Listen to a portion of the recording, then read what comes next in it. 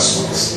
Que a palavra ela produza o poder e a glória para qual mesmo está sendo mandada.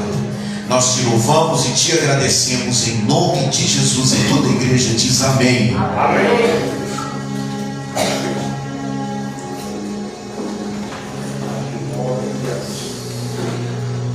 Graças a Deus. Quero aqui cumprimentar a todos com a paz do Senhor. Amém. Cumprimento a todos com a paz do Senhor. Amém.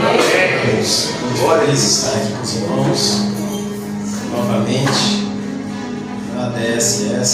Para mim, de muita alegria poder rever tantos amigos, pastor de Santa Cena, colega juntos já comigo. Graças ao grande nome de Deus, a gente aprendeu muito. Que Deus venha abençoar a sua vida, a esse ministério, toda a comitiva de obreiros, membros e congregados. Deus abençoe de uma forma especial. Quantos têm a sua Bíblia Sagrada? Já acompanha comigo em um texto bastante conhecido.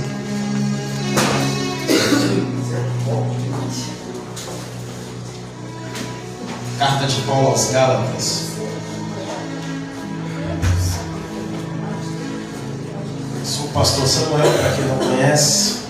Sou da Assembleia de Deus Proposta Larga da Aliança.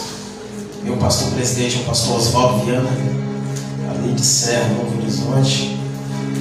Trago aí a paz do Senhor para os irmãos. Deus abençoe. Minha esposa não pôde vir comigo, mas estamos aqui para fazer a obra do Senhor. E o nome do Senhor seja glorificado. Carta de Paulo, capítulo de número 3, versos de número 13 e 14. Carta de Paulo aos Gálatas, capítulo de número 3, versos de números 13 e 14.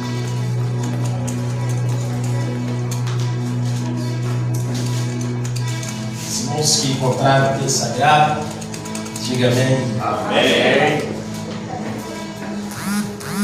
Quem não encontrou aí, ajude seu irmão a encontrar. Louvado seja Deus. Glória a Deus.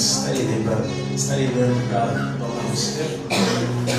E diz assim a palavra do Senhor: Cristo nos resgatou da maldição da lei, fazendo-se maldição por nós. Porque está escrito: maldito todo aquele que for pendurado no madeiro. Verso de número 14. Para que a bênção de Abraão chegasse aos gentios por Jesus Cristo, e para que pela fé nós recebamos a promessa do Espírito Santo. Porém, que Deus abençoe. Deixe tomar seus assentos. Aleluia. A carta de Paulo, direcionada à região da Galácia. Até então, o livro dos Gálatas, ou os Gálatas, não se trata apenas de uma cidade, mas de uma região. O apóstolo Paulo, conhecido como apóstolo dos gentios, certa feita, na sua caminhada, nos seus ensinamentos, pelo qual ele foi ensinado e aprendeu aos pés de Gamaliel, era um homem que entendia muito sobre a lei, pois até então era um dos grandes perseguidores da igreja primitiva daquele tempo, em um período em que a igreja está nascendo.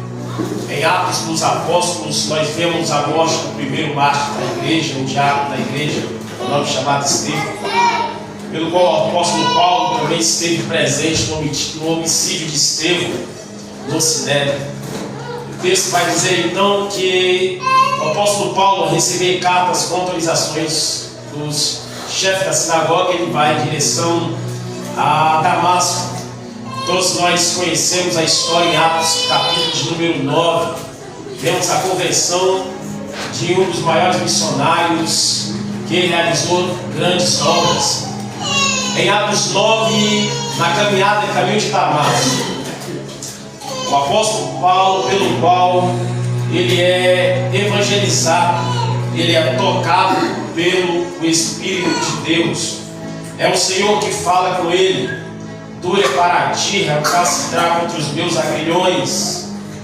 Ou seja, o Espírito de Deus, além de ser o promotor do avivamento na obra do Senhor, O Espírito Santo também ele é evangelista. Existem pessoas que de forma alguma você pode ganhar ela para o Senhor simplesmente com palavras. Existem pessoas que há uma necessidade de ser tocada e movida pelo Espírito Santo. O Espírito de Deus ele convence o homem do pecado, do juízo e da morte. Pois até então Saulo, por ser ensinado e aprender sobre uma constituição farisaica, ele não abria mão dos seus ensinamentos. E ao falar a respeito do Cristo crucificado e ressuscitado, lhe causou grande ira ao ponto dele seguir a risca e matar muitos cristãos e perseguir igrejas. Mas quando o Senhor tem um encontro com ele, é o próprio Deus que vai evangelizar e salvar. O texto vai dizer então que logo após, ao cair do cavalo, ele viu a glória de Deus. O Senhor falou com ele, o Senhor dá a direção para ele. Mesmo estando cego, mas Deus dá a direção. Ele vai para uma rua chamada Direita e fica na casa de Judas, curtidor. E lá ele fica por alguns dias até o período em que Deus ele vai falar com o pastor presidente de Jerusalém, com o nome chamado Ananias, pelo qual ao chegar lá, Deus já havia mostrado para Paulo que esse homem iria entrar pela porta, iria colocar as mãos sobre os seus olhos e curar da cegueira. E o texto vai dizer que quando Ananias aparece naquele cenário e aparece ali, Deus já havia mostrado tudo o que iria acontecer. E o texto vai dizer que quando ele entra, é Ananias que coloca as mãos sobre os olhos dele e a cegueira cai por terra e unge ele para o reino missionário. Então aqui nós vemos um espaço de tempo em que o apóstolo ele fica aproximadamente 14 anos no anonimato, na espera de uma grande obra. Logo após ao passar em um período de 14 anos, ele sai para fazer a obra do Senhor. E na sua primeira viagem missionária, ele leva Tito contigo, que era um grego, também Barnabé. O texto vai dizer que ele chegando na região da Galácia, estava lá então os gauleses, que é conhecido pela Bíblia como os gentios. Paulo começa a pregar o evangelho do Cristo. Paulo começa a falar a menção do Cristo que morreu e ressuscitou ao terceiro dia. E ao mencionar essas palavras, Paulo ganha muita gente para o Senhor, pelo qual também ele foi o plantador de muitas igrejas. E ele plantou igrejas em Pisídia, em Cone, Derbe, em Antioquia, em Listra. E nessas regiões que ele plantou igrejas, estabelecendo igrejas. O texto vai dizer então que naquele tempo, por existir falsos mestres que ensinava um outro conceito de ensinamento, esses falsos mestres vieram e começaram a desfazer tudo aquilo que Paulo pregou e ensinou aos gentios. Os falsos mestres, que são os falsos judeus, que esteve ali presente, trouxe um outro conceito de mensagem. Nós sabemos muito bem que hoje, para se cavar poço, para se construir um povo, para se ganhar uma alma, é muito árduo, é trabalhoso, é muita lágrima para uma alma se converter ao Senhor. Glória a Deus. Então esses falsos mestres estavam querendo destruir tudo aquilo que Paulo havia feito com muitos esforços na obra do Senhor. O texto vai dizer então que os falsos mestres implantaram nessas igrejas, mencionando para os homens que se eles quisessem ser salvos pelo Senhor, eles deveriam seguir as leis do Antigo Testamento, ou a Torá que nós conhecemos, e instruíram também as leis cerimoniais, os festivais, principalmente questões de alimentação. Disseram também que se os homens quisessem ser salvos, além de passar por essas etapas, também deveriam seguir e cortar o prepúcio. Muitos deles, que tinham até vontade e desejo de conhecer a Deus e de se entregar ao Evangelho de Cristo, tiveram grande dificuldade justamente por essas barreiras que esses falsos mestres estavam implantando. O apóstolo Paulo fica tão chateado com essa situação que até mesmo Tito ele foi constrangido a circuncidar-se justamente por esses falsos mestres, ao implantar tamanhas divisão e ensinamentos falsos. E o texto vai dizer então que Paulo, quando ele chega na região da Galácia, Paulo fica irritado. Nas cartas que Paulo costuma se apresentar-se com alegria, Paulo fica chateado com os crentes da Galácia e chega a chamar os crentes aos Gálatas, que estão ali na região, de insensatos. Paulo chega a dizer para eles: quem vos ensinou a obedecer um outro mandamento? Será que vocês têm se compadecido tanto?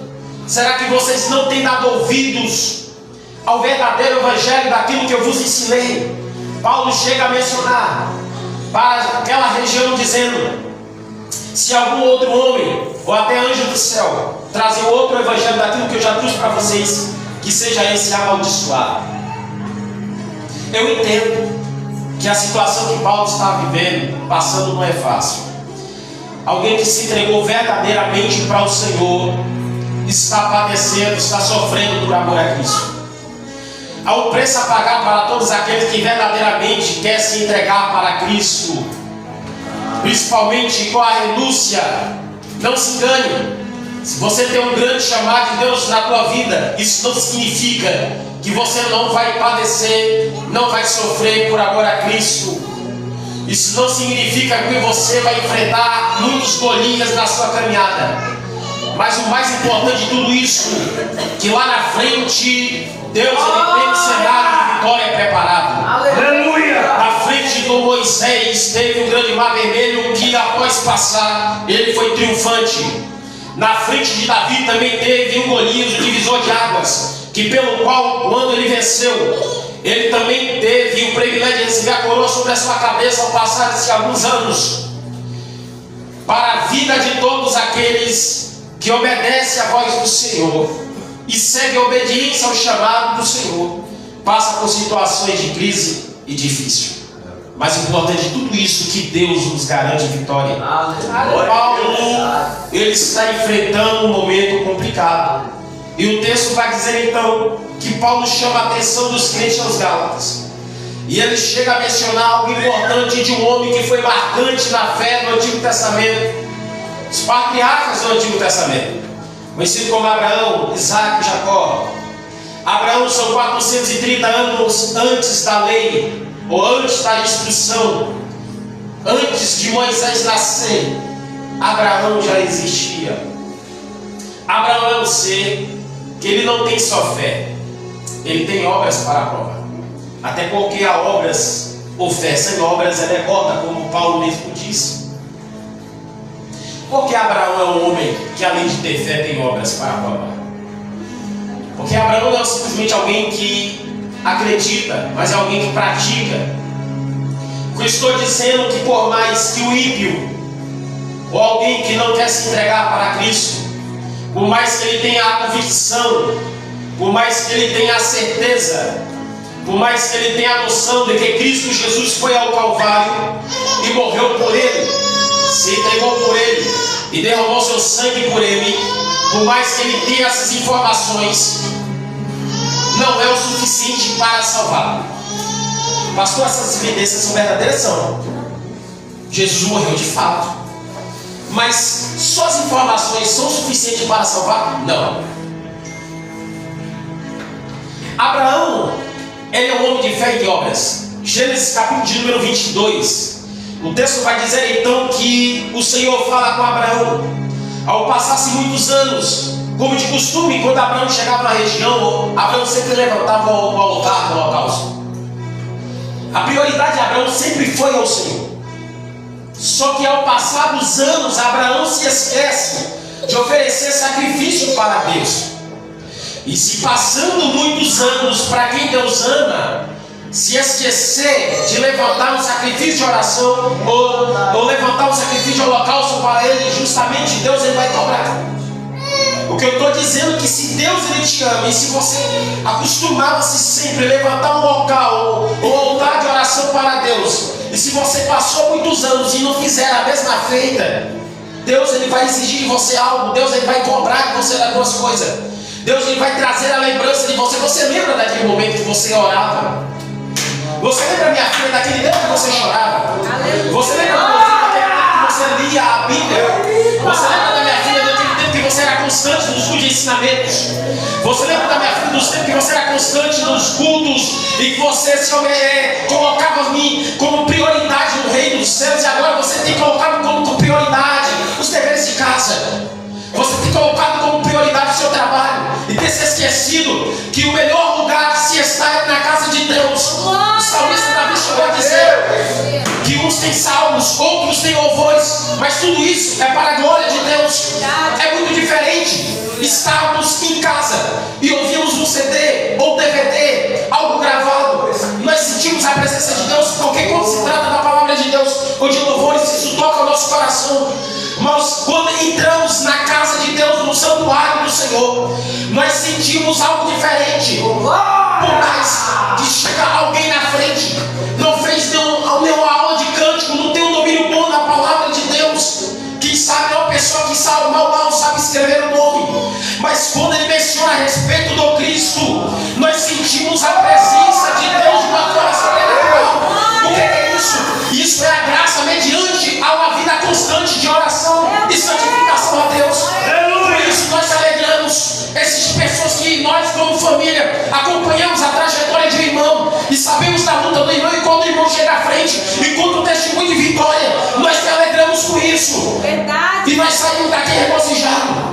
Por mais que você não esteja vivendo esse momento de vitória, assim como o seu irmão contou, mas com isso te motiva você. E você está dizendo, não, se ele venceu, se ele passou isso e atravessou, eu também posso vencer. Isso é motivante, isso fortalece a nossa fé. Então, o apóstolo Paulo está trazendo a lembrança para o povo a respeito de Abraão. E o texto vai dizer, em Gênesis 22, que quando Deus dá uma ordem para Abraão, Abraão, vai para o Monte Moriá, porque eu sei que já se passou muito tempo, você não fez esse sacrifício para mim. Vai para o Monte Moriá e dá seu filho Isaque, a quem tu amas, como sacrifício para mim. Abraão sai às escuras, não fala nada com ninguém, ele leva alguns servos contigo, prepara tudo, a barra em cima do animal. A palavra Moriá significa lugar ordenado. Deus dá uma ordem para Abraão: leva o filho a quem tu amas para o lugar que eu já te ordenei, e oferece ele como sacrifício para mim. Deus está pedindo, não é algo comum, Deus está pedindo para Abraão a prioridade de Abraão. O que Deus está pedindo de Abraão é a prioridade, é o sangue do sangue de Abraão. Deus não está pedindo qualquer coisa a Abraão. Porque se fosse algo semelhante, um sacrifício de um animal, ou uma oferta ossada, ou qualquer outro tipo de coisa, seria algo muito comum e fácil de ser praticado e feito. Mas o que Deus está pedindo para Abraão é coisa absurda, é o filho dele. E o texto vai dizer: eu quero teu filho a quem tu amas. E a gente entregar algo para Deus, justamente aquilo que a gente não quer abrir mão, daquilo que a gente ama, é tudo. Glória a Deus. Oh, aleluia. É por isso que o profeta ele não cresce nas maiores escolas. Os grandes homens e grandes mulheres de Deus, ele cresce no deserto da aflição, dentro de uma fornalha de fogo, jogado na cova dos leões. Porque Deus ele vai trabalhando mediante a fé de cada um. Porque existem pessoas que têm 50, 40 anos de evangelho, mas não têm uma experiência com o Senhor no seu secreto. Meu Deus. Glória a Deus. Existem pessoas. Os tempos de igreja não significa que você tem uma experiência para com Deus. Aleluia. Porque a experiência para com o Senhor no seu deserto é processos e renúncias. A gente só cresce através das renúncias. É por isso que nós carregamos a marca de Cristo. É por isso que nós, digamos como o apóstolo Paulo disse: eu não me envergonho do evangelho de Cristo, porque ele é poder de Deus para aquele que crê. E se nós acreditamos no evangelho de Cristo que é verdadeiro, nós não andamos sós, mas nós carregamos a evidência poderosa do Espírito de Deus para essa vida. E com ele nós somos transformados, santificados, moldados e preparados para a vida. Quando está tudo preparado, o ambiente está preparado, o holocausto está preparado, no meio do caminho, quando chega em direção ao caminho, no pé do monte, Abraão disse para um dos seus servos: fica aí aqui. Sabe o que Abraão disse para o seu servo ficar aqui? Porque os seus servos não estão preparados para aquilo que Deus já tem preparado para Abraão e Isaque. Porque quando Deus chamou Abraão e Isaque, é Abraão e Isaque, e não os servos de Abraão. É por isso que Deus dá uma ordem para eles ficarem no pé do monte. Vocês não sobem, mas vocês ficam aqui. E ele sobe. No meio do percurso, o jovem fala: pai, está tudo preparado. Só que a pergunta é: e o cordeiro aonde está? Abraão dá uma olhadinha para o teu filho. Imagina Abraão dizendo: meu filho. Eu imagino Abraão dizendo assim: meu filho, eu não sei como a gente vai fazer, mas a ordem já foi dada. E a palavra que eu tenho para ti, porque não é eu que vou deitar aí, o cordeiro para ti, não é para mim, o cordeiro para ti, Deus proverá. Meu Deus! Glória! Da glória! Aleluia! Eu entendo que se fosse qualquer outro jovem, saia correndo apavorado. Mas eu entendo que a fé entronizada em Deus que Isaac teve e também no seu pai, foi ao ponto de Isaac obedecer a ordens. Quando Abraão levanta o cutelo para sacrificar a sua prioridade, o texto vai dizer em Gênesis 22, versos 13, que Deus ele fala com Abraão assim: Abraão, olha para cima. Quando Abraão dá uma olhadinha para cima, entre as pedras tem um cordeiro preparado e amarrado. Glória! Glória a Deus! O Senhor Deus é aquele que prepara a fé, prepara o cenário para provar a fé de Abraão, mas também é aquele que interrompe o sacrifício. Porque Deus interrompeu o sacrifício? Justamente porque Deus ele não olha como o homem vê. Naquele momento, quando Deus olha para Abraão, Deus não olha para cá, pelo lado externo, mas sim para o lado interno. Glória! Deus olha as intenções e a coragem que Abraão tem em oferecer o seu filho como sacrifício para Deus. Aleluia! Então é Deus que vai interromper o sacrifício e dizer para Abraão: não faça mal ao teu filho. Eu vejo que realmente tu és fiel. Glória a Deus! Quando ele dá uma olhadinha, um cordeiro amarrado. Livro de João, capítulo 1, versículo 29. Quem foi que Abraão viu? Abraão viu o Cordeiro de Deus. João 8, verso 56. Quem de fato Abraão viu? Abraão, ele se alegrou ao ver Deus naquele dia. Deus! E o texto vai dizer: e exultou, em outras traduções, e alegrou-se Abraão ao ver o meu dia. Aonde foi que Abraão viu Deus? Gênesis 22, versos 13. Eita O glória! cordeiro já estava preparado para substituir Isaac. Aleluia! Glória a Deus! Aleluia! É por isso que nós sempre falamos, justamente pregamos em alguns cultos de ceia, que o nosso Cristo, ele é o nosso cordeiro pascal. Ele é o nosso sacrifício expiatório. Ele é a justificação da lei pelos culpados pela lei. É por isso que Cristo Jesus ele teve que vir, mas não era novidade ele morrer por nós. Quando Cristo ele veio, ele já veio numa missão de morrer e padecer pela humanidade. É por isso que Cristo Jesus nos resgatou da maldição da lei. A lei até então, logo após ser aplicada, muita gente, ou muitos deles, não teve a capacidade de cumprir a lei. E por justamente a humanidade, por não ter a capacidade de cumprir a lei, se tornou a maldição para eles. Mas Cristo Jesus ele não veio abrogar a lei, mas ele veio cumprir a lei. O único ser e o único homem que não quebrou nenhum mandamento da lei foi o Senhor. É por isso que o apóstolo Paulo fala em Romanos capítulo 3, versos 23, porque todos pecaram e destituídos estão da glória de Deus. É por isso que o pecado do homem se tornou algo terrível. E o Senhor Deus, ao enviar seu Filho, derramou seu sangue como sacrifício único. Já não é mais necessário o sacrifício de animais. Já não são mais sacrifícios de sangue, porque o sacrifício na cruz do Calvário já foi feito por Cristo Jesus. E é por isso que a igreja hoje ela está em evidência. É por isso que hoje nós estamos aqui presentes. Porque Cristo Jesus comprou a nossa culpa. Aleluia. Porque Cristo Jesus padeceu por nós. O sangue do Cordeiro da antiga aliança apenas servia para cobrir o pecado do homem, para Deus não ver a iniquidade do homem. Mas para a glória de Deus Pai e do nosso Senhor e Salvador Jesus Cristo, na primeira epístola de João, capítulo 1, verso 7, diz o texto: mas se andarmos na luz como Ele na luz está, temos comunhão uns com os outros. E o sangue de Jesus Cristo, seu Filho, nos purifica de todo o pecado. O sangue de Cristo, além de purificar o homem de todo o pecado, é o único que liberta o homem de toda a injustiça. Se você outrora é injustiçado, sujo pelo pecado, o pecado além de te purificar, ele justifica você. É por isso que nós estamos aqui hoje, porque o Senhor Deus pagou o alto preço.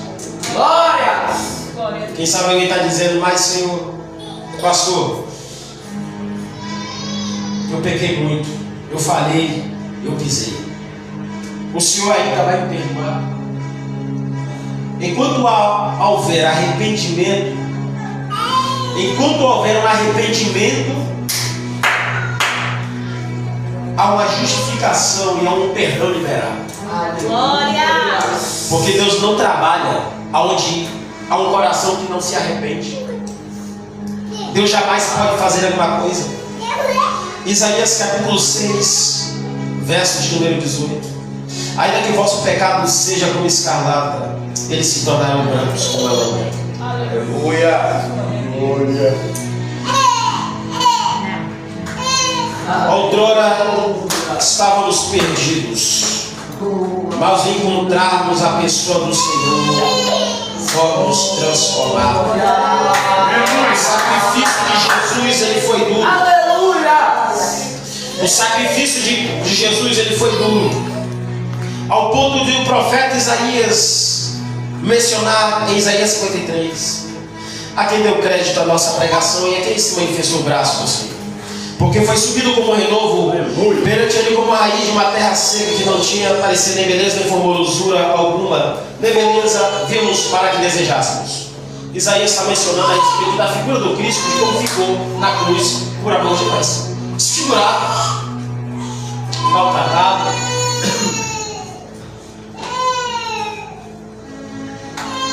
O sangue dele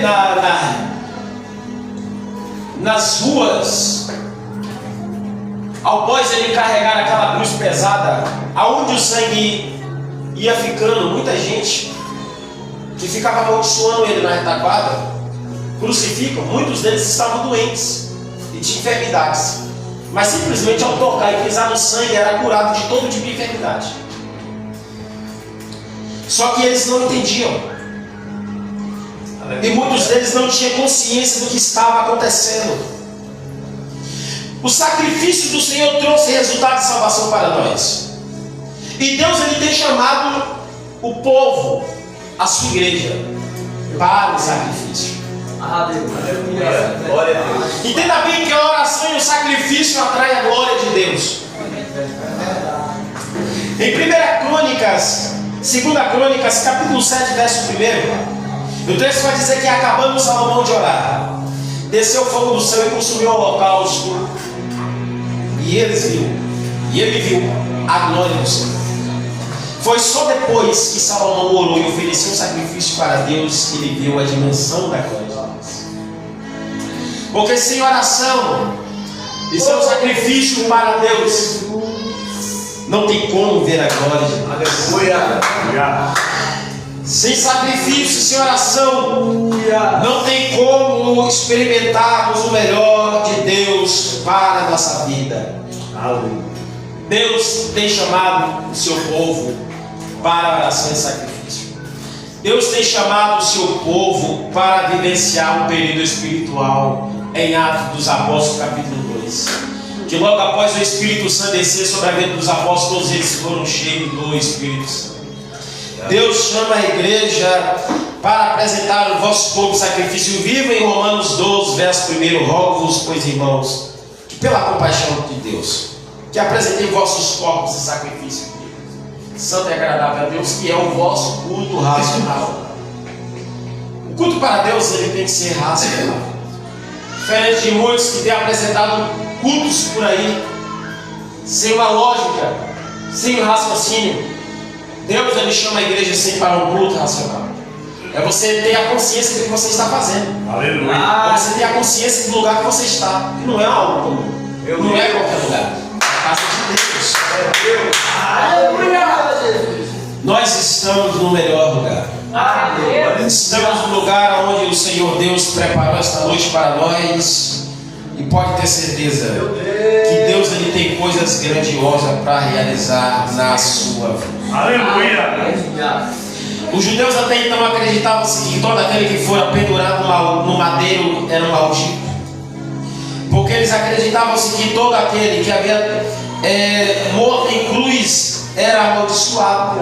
De fato, que Jesus se tornou maldição em nosso lugar, para que a graça e para que o perdão chegasse aos gentios, para que as bênçãos de Abraão também chegassem a nós, para que recebamos a promessa do Espírito Santo. Fica de pé, eu encerro por aqui. Aleluia. Que Deus venha abençoar a todos de uma forma muito especial. Eu quero apenas orar para encerrar. Que Deus venha nos abençoar. Eterno Deus e glorioso Pai, muito obrigado, Senhor, por mais esse dia.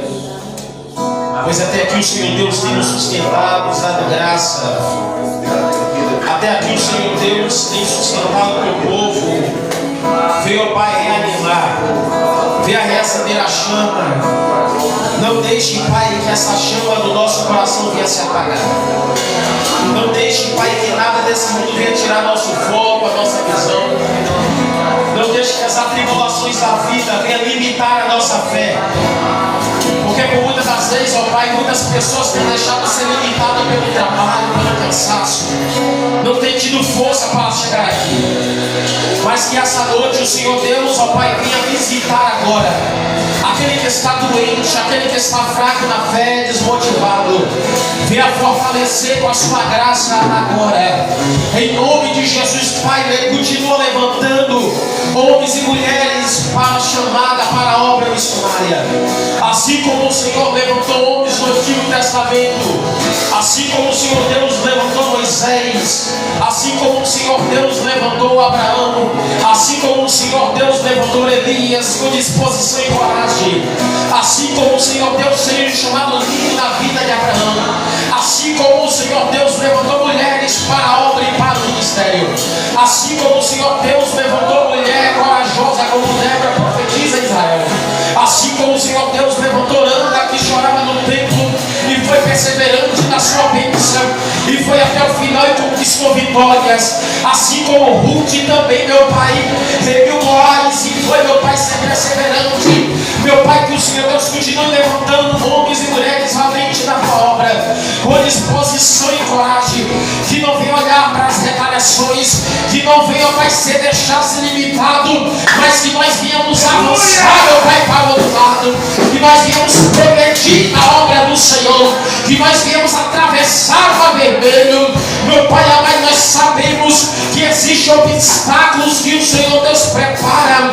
Deus preparou Urso e o leão para Davi, mas lá na frente havia Golias, porque seria o divisor de águas para ir Davi vencendo Golias. A história de Davi seria marcada. Quem sabe essa pessoa também está atravessando alguns momentos na vida dela que parece ser difícil, mas pode ter certeza que depois de atravessar esse mar vermelho, que depois de vencer esse Golias, lá na frente tem uma coroa preparada para você. Lá na frente tem um maná no deserto que Deus vai providenciar. O Senhor Deus está dizendo para pessoas essa noite: não se preocupe com o dia da manhã. Foi o Senhor Deus que providenciou para o povo de Israel no deserto. Deus é a sua providência. Deus é o teu bálsamo de cura. Deus é o teu fortalecedor. Deus é o teu edificador. Deus está dizendo para pessoas essa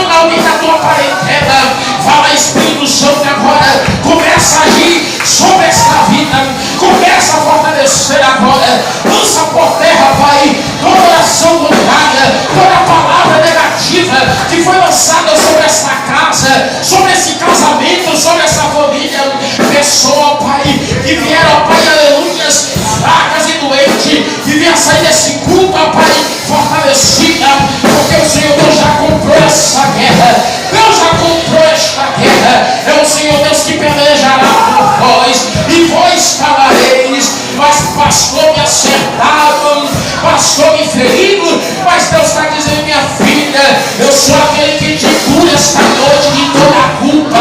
Aos inimigos dele te aprontando, te acusando de algo. Deus é o Deus justificador. É Deus que é o Deus justificador. E Ele justifica a tua causa esta noite. Ele é o nosso alimento. Ele é o nosso maná escondido. Ele é o pão da vida para aquele que tem fome. Ele é fonte de água viva para aquele que está com sede. Pastor, a minha alma está sedenta. Vai até Jesus, vai na fonte. Vai na fonte que lá tem água limpa. Lá tem uma fonte de água limpa para saciar a tua sede. Pastor, a minha alma tem fome. Vai na palavra de Deus. A tua alma será alimentada. Vai na palavra de Deus todas as manhãs. Leia a palavra de Deus, Ele vai falar contigo. Ele vai aleluia.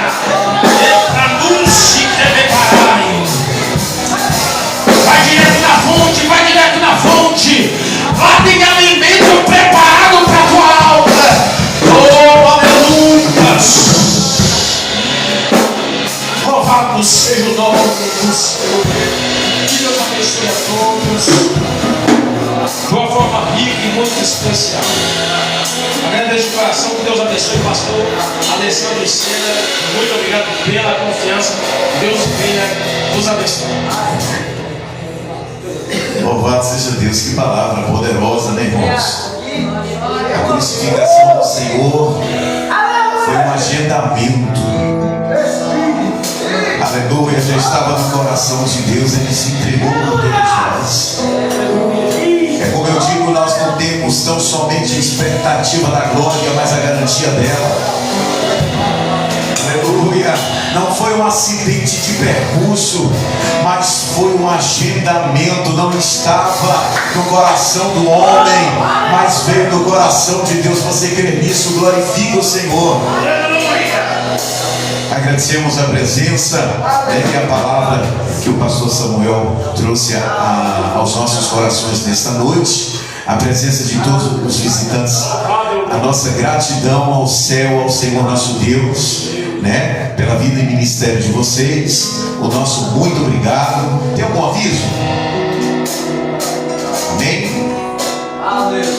Amanhã, sexta-feira, é o nosso curso, né, irmãos? Quem está fazendo aí, louvado seja Deus. Você está gostando, irmão Lígia? A bênção, tá? Samuel, está gostando, Samuel? José, tem muito mais de Deus para todos nós. Amém? O pastor orou. Eu quero finalizar esse culto. Sim, irmãos, a nossa conferência profética, dias 14 e 17. Amarra o cinto aí, porque nós vamos puxar a granada e jogar. Vai tremer tudo. E quem vai fechar no domingo é a nossa pastora Thaís. Louvado seja Deus. Ela já está orando, já, viu, irmãos? Prepara que vai ter uma palavra da glória de Deus. Todos nós seremos alcançados grandemente pela palavra do Senhor. Você está feliz com essa palavra que foi ministrada? Diga glória a Deus. Deus, nós te louvamos e te agradecemos por esta oportunidade. Rogamos que o teu Espírito venha nos aquecer e nos preparar para que tenhamos das mais profundas e belas experiências com o Senhor. Meu Deus, a tua igreja precisa ter experiências, assim como também não temos condições de seguir sem intervenção do Senhor. Senhor nosso Deus, que saiamos daqui aquecidos, mas quando estivermos em nossos lares, que continuemos aquecidos pelo poder da tua palavra, e que o Espírito Santo nos mostre o que está por detrás dela. Venha nos discernir coisas grandes, firmes e ocultas que ainda não sabemos, meu Deus.